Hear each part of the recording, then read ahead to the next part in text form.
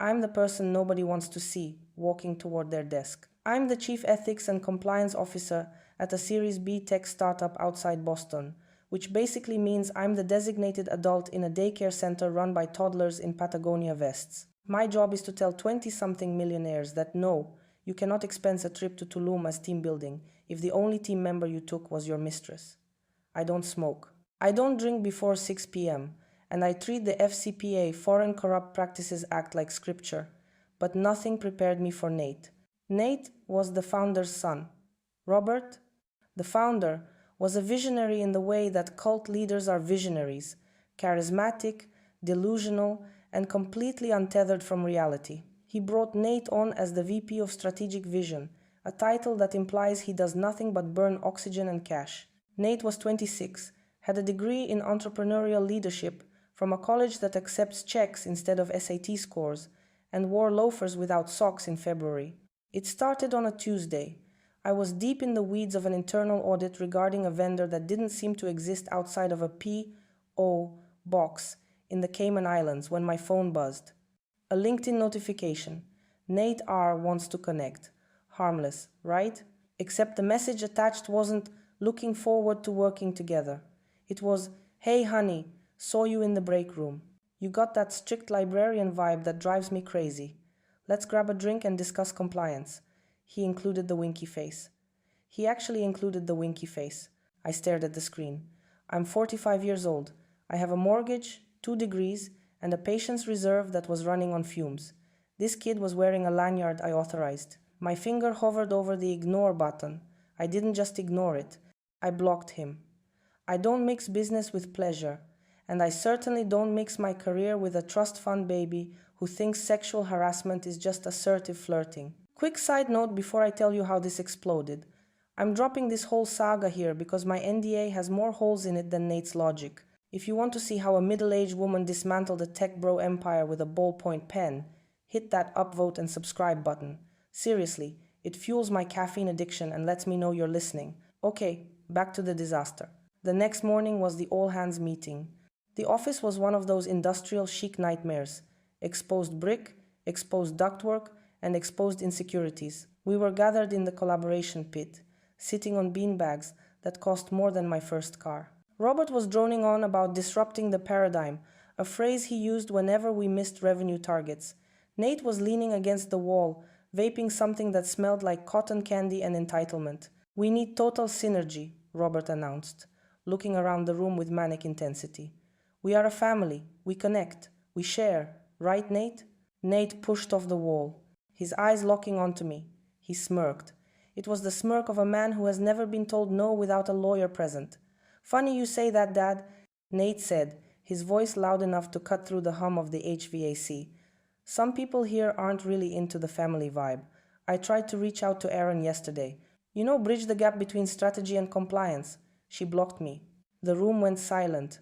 30 heads turned toward me. The silence wasn't awkward. It was terrified. In a startup, you don't cross the bloodline. Is that true, Aaron? Robert asked. His tone wasn't curious. It was accusatory. I didn't look up from my iPad.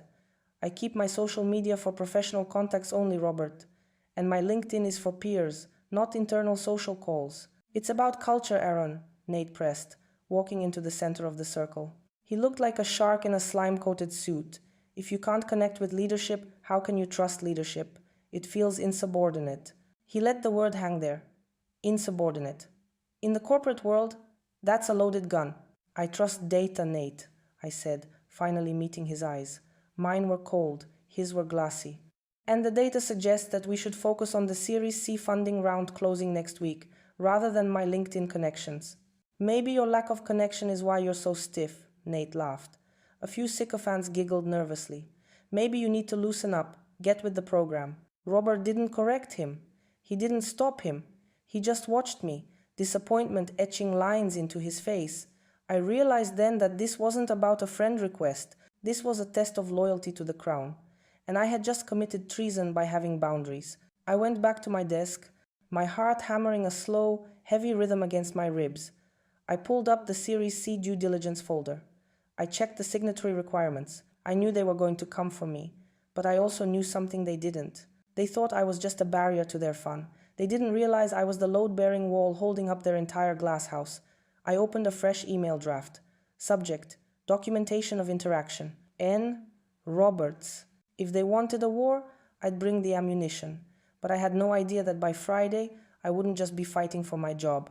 I'd be fighting to stay out of prison for a crime I didn't commit. Friday arrived with the grim inevitability of a tax audit. The air in the office was thin, charged with static and gossip. I could feel eyes on my back as I walked to the break room for my third coffee. Conversations died when I entered and resurrected the second the door swung shut behind me. I wasn't just the ethics officer anymore. I was a dead woman walking. At 2 p.m., the calendar invite appeared. Quick sync, Robert's office. No agenda, no HR representative listed. Just me, the king, and the prince. I walked into Robert's office, a glass fishbowl overlooking the Charles River, designed to intimidate. Robert sat behind a desk made of reclaimed wood that probably cost more than the GDP of a small island nation. Nate was sitting on the corner of the desk, swinging his legs, scrolling on his phone. He didn't look up. "Sit down, Aaron," Robert said. He didn't offer me water. I sat. I kept my posture perfect, spine straight, hands folded in my lap. I was wearing my armor, a navy blazer, and a face that gave away absolutely nothing. "We've been doing some thinking," Robert started, leaning back and clasping his hands behind his head, about the trajectory of Nebula Tech, about the energy we need to get to the next level. "Energy," I repeated, my voice flat. "Yeah, energy," Nate chimed in, finally looking up. His eyes were bloodshot. "Vibe, flow. You're a blocker, Aaron. You're always talking about regulations and risk. Kills the momentum." "My job is risk mitigation, Nate," I said calmly. "It's not supposed to be fun. It's supposed to be legal." "See?" Robert pointed a finger at me like I just confessed to murder. "That attitude. It's toxic. We're disruptors, Aaron. We move fast and break things. You're the glue that's drying too hard. You're stiff. And that display on Wednesday, refusing to connect with a senior executive, it showed a fundamental lack of trust." "I refused a sexual proposition sent via a professional platform," I corrected him. I kept my voice level, but the temperature in the room dropped 10 degrees. Nate laughed. A harsh, barking sound. "Wow, you're delusional. It was a joke, Aaron. God, you're hysterical. This is exactly what we mean. You're not a culture fit." Robert slid a thick manila envelope across the desk.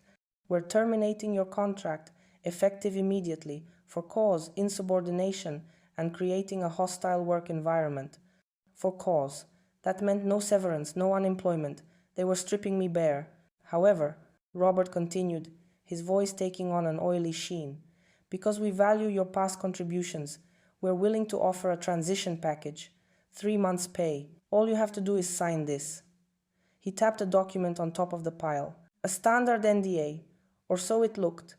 I glanced at the text upside down. It was draconian.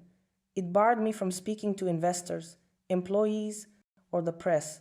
It essentially erased my existence at the company. "I'm not signing anything without my lawyer reviewing it," I said, standing up.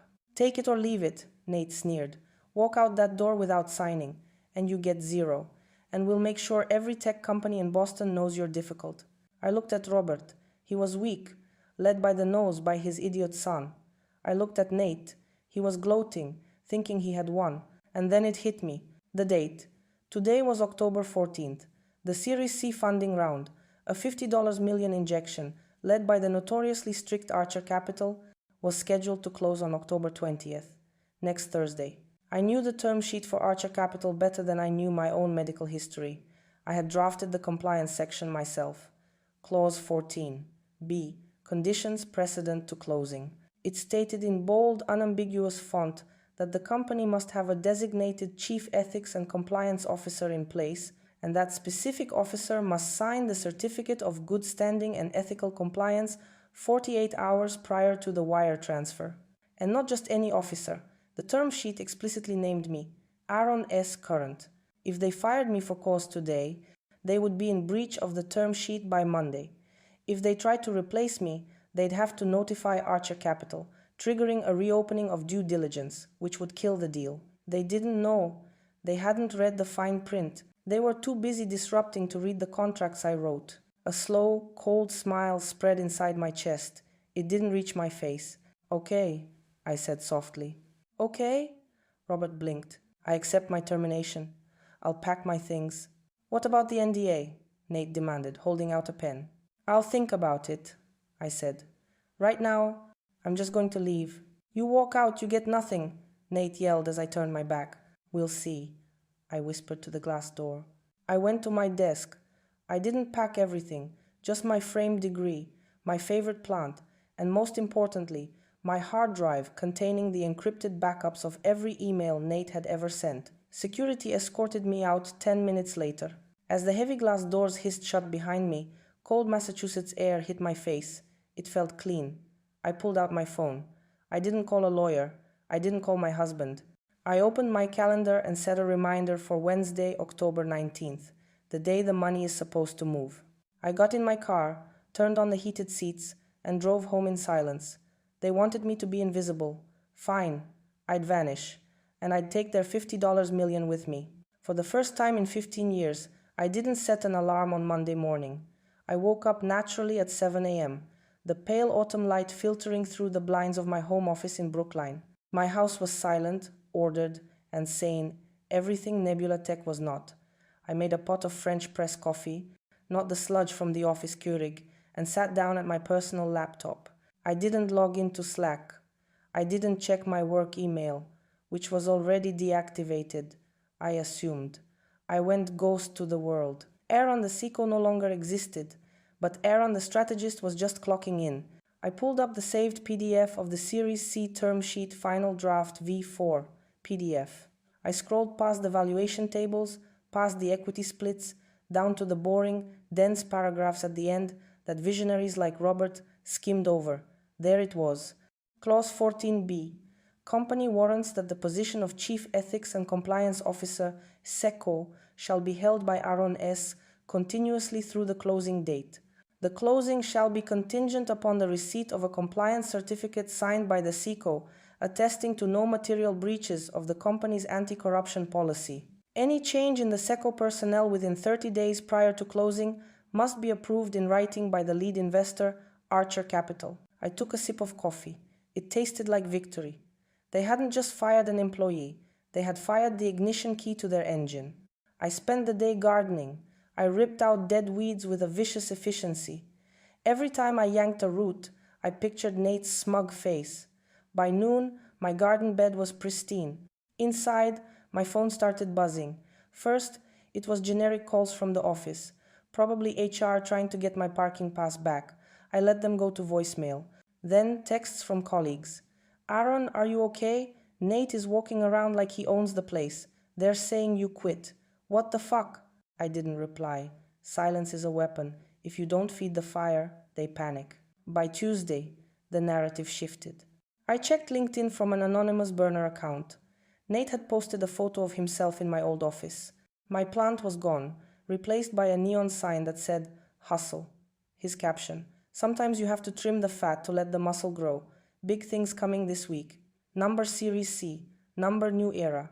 Number Leadership." He had also announced a new partnership. Excited to onboard Vanderlei Strategic Solutions as our new compliance partners. Agile, fast, no blockers. Vanderlei Strategic Solutions. The name sounded familiar, not from a Seinfeld episode, but from that audit I was running before I got axed. I dug into my backup drive, the one I'd wisely taken with me. I pulled up the vendor list. Vanderlei wasn't a compliance firm. It was a shell company registered in Delaware 3 weeks ago. The registered agent? A guy named Chadwick. I did a quick cross-reference on Facebook. Chadwick was Nate's fraternity brother. There were photos of them doing keg stands together in 2018. So Nate fired me to replace me with his drinking buddy, likely to funnel consulting fees out of the Series C cash before the investors noticed. It was embezzlement 101, done with the sophistication of a toddler stealing a cookie while staring at the camera. Wednesday morning came, 2 days until closing. The calls stopped being from HR and started coming from legal.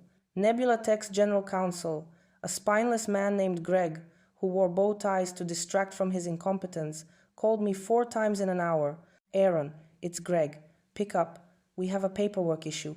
Aaron, please, you need to clarify your status. My status. My status was unemployed and gardening. I watched the clock. The Archer Capital legal team would be doing their final document sweep right about now. They'd be looking for the compliance certificate. They'd ask Greg for it. Greg would look at Nate. Nate would point to Chadwick.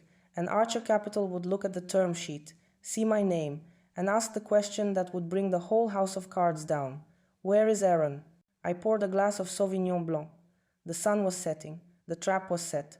Now I just had to wait for the snap. Thursday morning, the day before the closing. My phone was now vibrating so constantly it was moving across the kitchen counter on its own. It wasn't just Greg anymore. It was Robert. Aaron, let's talk. Maybe we were hasty. Aaron, this is serious. You're jeopardizing the company. I laughed out loud at that one. I was jeopardizing the company? That's like blaming the iceberg for being in the way of the Titanic after the captain steered right into it. Around 10 a.m., I got an email on my personal encrypted Proton Mail account. It was from Kevin Cruncher, which I instantly knew was Kevin, a junior analyst in finance. Kevin was a sweet kid, good with Excel, terrified of Nate. He was one of the few people who actually read the ethics newsletters I sent out. Subject: the building is on fire. Hi Aaron, I don't know if you're reading this, but it's bad. The investors sent over the final checklist this morning. They flagged the compliance certificate. Nate told them you were on medical leave and that Chad, the new guy, would sign. Archer Capital said no. They quoted clause 14b. They said if you don't sign, they don't wire the money tomorrow. Robert is screaming in his office. Nate is trying to Photoshop your signature onto an old document. I'm not joking. I saw him trying to use MS Paint. Also, I found this in the outgoing wire queue. Nate approved a $150K retainer to Vanderlei yesterday. I attached the PDF.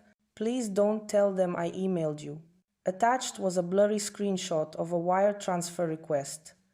$150,000 to Chadwick's firm. Nate wasn't just incompetent.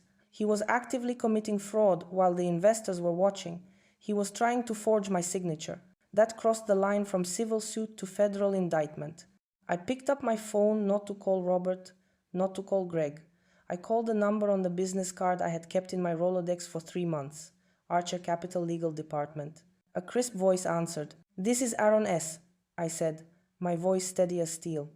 I believe your general counsel, Marcus Thorne, is looking for me. There was a pause, then a flurry of typing. Hold for Mr. Thorne immediately. Marcus came on the line 10 seconds later. Aaron, we've been told you're in the hospital with a severe case of exhaustion. I was about to send flowers.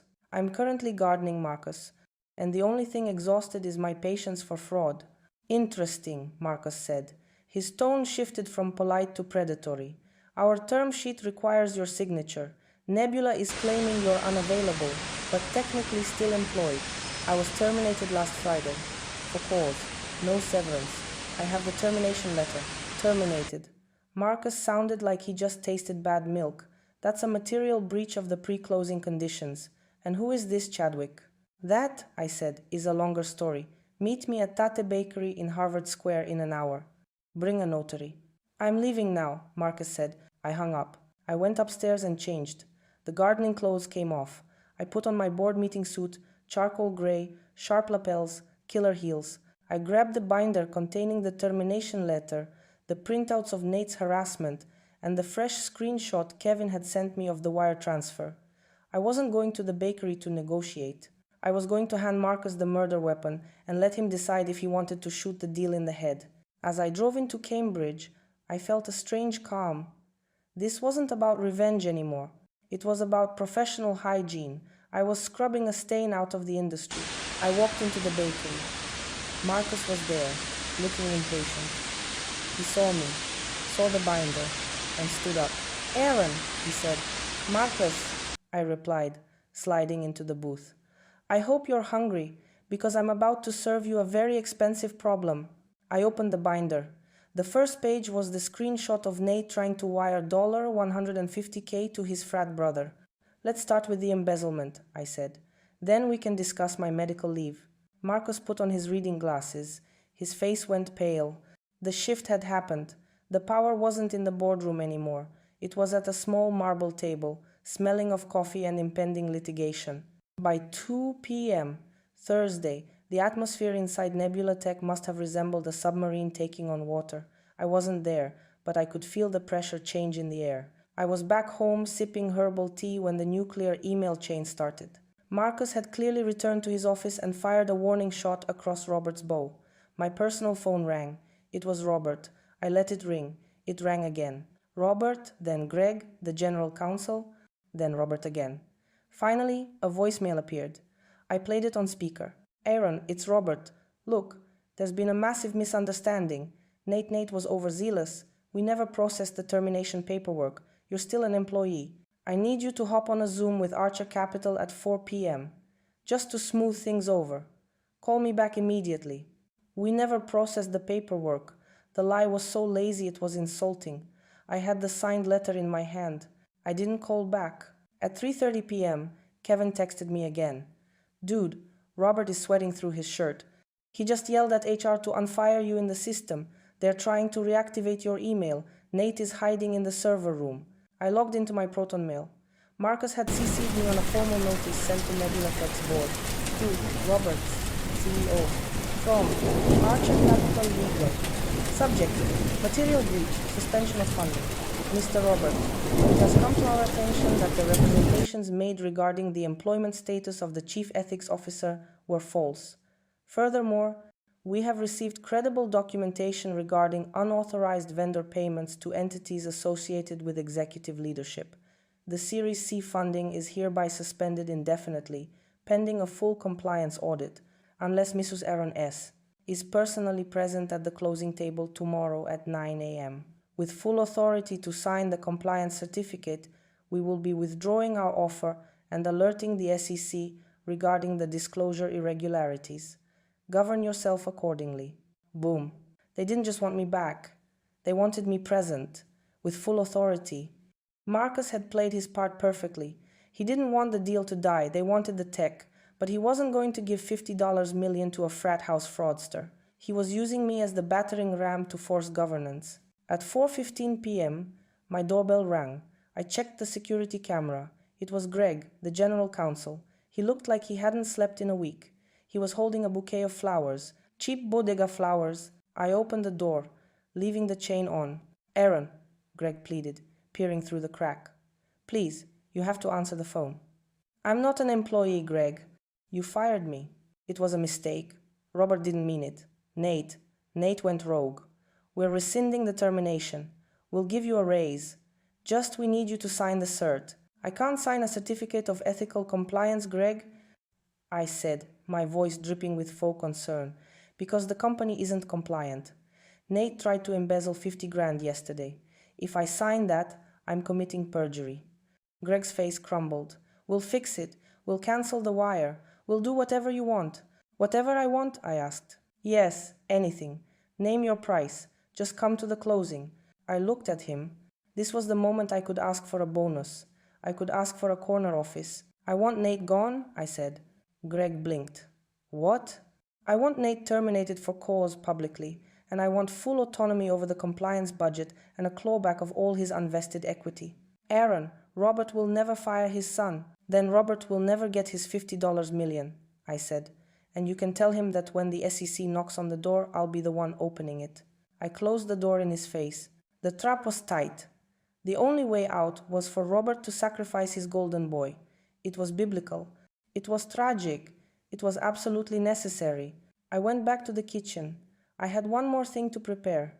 I opened my laptop and drafted a new document, Conditions of Return, PDF. I wasn't just going back to work.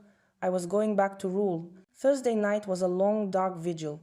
The city of Boston slept, but I knew the lights on the 14th floor of the Nebula Tech building were blazing. My terms had been delivered via Greg. I could imagine the screaming match happening in the glass fishbowl. Robert torn between his ego, his son, and his greed.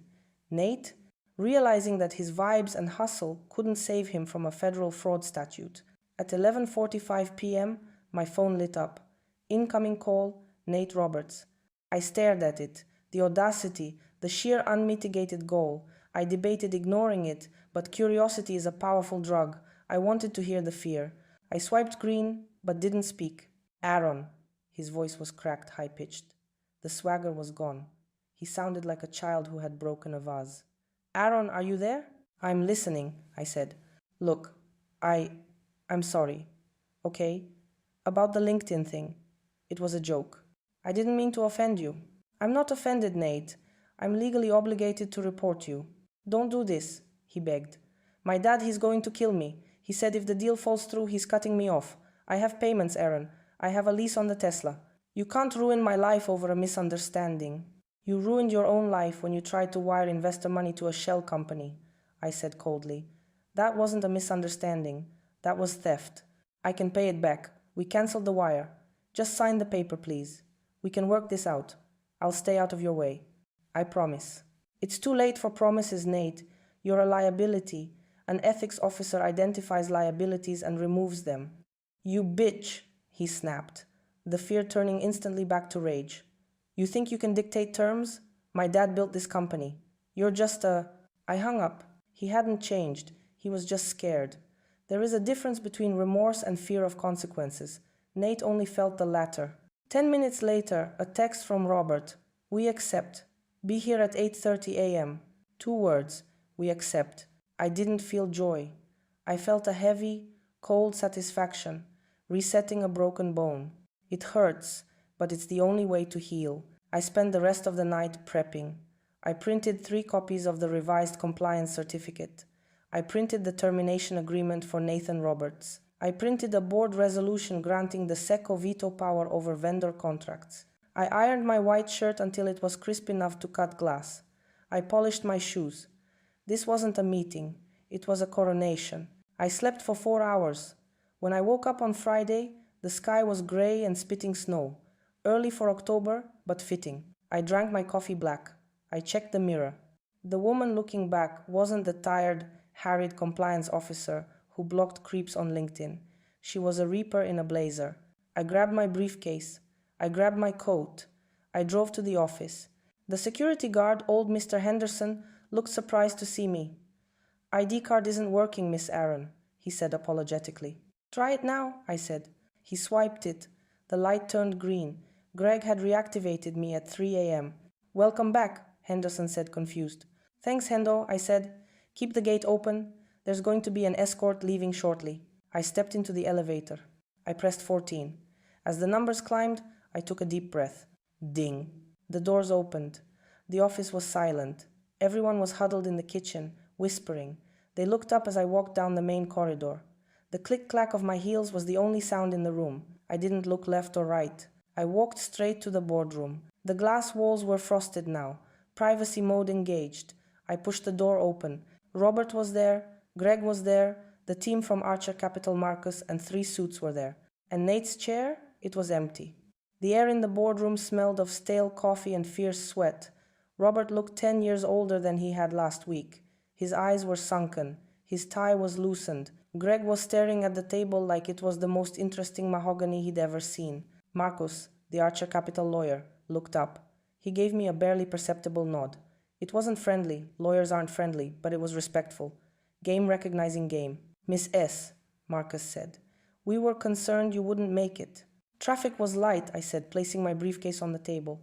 I didn't sit down.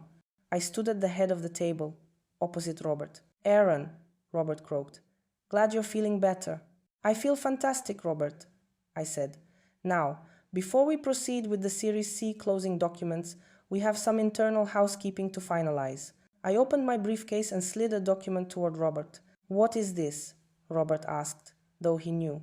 That is the separation agreement for Nate, I said, effective immediately, for cause, gross misconduct and attempted embezzlement, 0 severance. A press release stating he is stepping down to pursue personal interests. Robert's hand shook as he picked up the pen. Aaron, he's my son. And this is a business, I said. You can be a father on the weekends. Right now you're a CEO asking for $50 million. You can't have both. Marcus leaned forward. Archer Capital supports this motion. We cannot invest in a firm with nepotistic irregularities. Robert looked at the investors, then at me. He realized he was cornered. If he refused, the money walked, the company crashed, and he lost everything. He signed. He pressed the pen so hard into the paper it almost tore.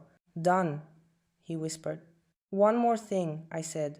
I slid the second document across. Board Resolution 4002. It grants the Office of Ethics and Compliance independent authority to veto any vendor contract over $5,000 without CEO approval. It makes my position fireable only by a unanimous vote of the Board of Directors, not the CEO. Robert's head snapped up. You're neutering me. I'm insulating you, I corrected. I'm making sure you don't accidentally approve another shell company and go to jail. I'm doing you a favor. Sign it. Robert, Marcus said, checking his watch. We have a wire cutoff at 11 a.m. Robert signed. He looked defeated, small. The visionary was gone. It was just a man who had been outmaneuvered by the woman he tried to bully. Excellent, I said. I sat down. I pulled the Archer Capital binder toward me. I flipped to Clause 14b, Certificate of Good Standing and Ethical Compliance. I took out my own pen. A Mont Blanc I bought myself when I got certified. I read the text. It certified that the company was clean. With Nate gone and the new controls in place, it finally was. I signed my name, Aaron S., Chief Ethics and Compliance Officer. The scratch of the pen against the paper was the loudest sound in the world. Thank you, Aaron, Marcus said, taking the binder. We'll initiate the wire. Robert stood up and walked out of the room without a word. Greg followed him like a lost puppy. I stayed seated for a moment. I watched the snow falling outside the window. I had won, but it wasn't a fist-pumping victory. It was the quiet satisfaction of a column in a spreadsheet finally balancing out to zero. I gathered my papers. I walked out of the boardroom. As I passed the reception desk, I saw security escorting someone out the front door. He was carrying a box. He was wearing a Lululemon hoodie and looking furious. Nate. He saw me. He stopped. He opened his mouth to scream something, probably some last-ditch insult about my vibes. I just pointed to the door. Mr. Henderson. The guard gently nudged him forward. Let's go, son.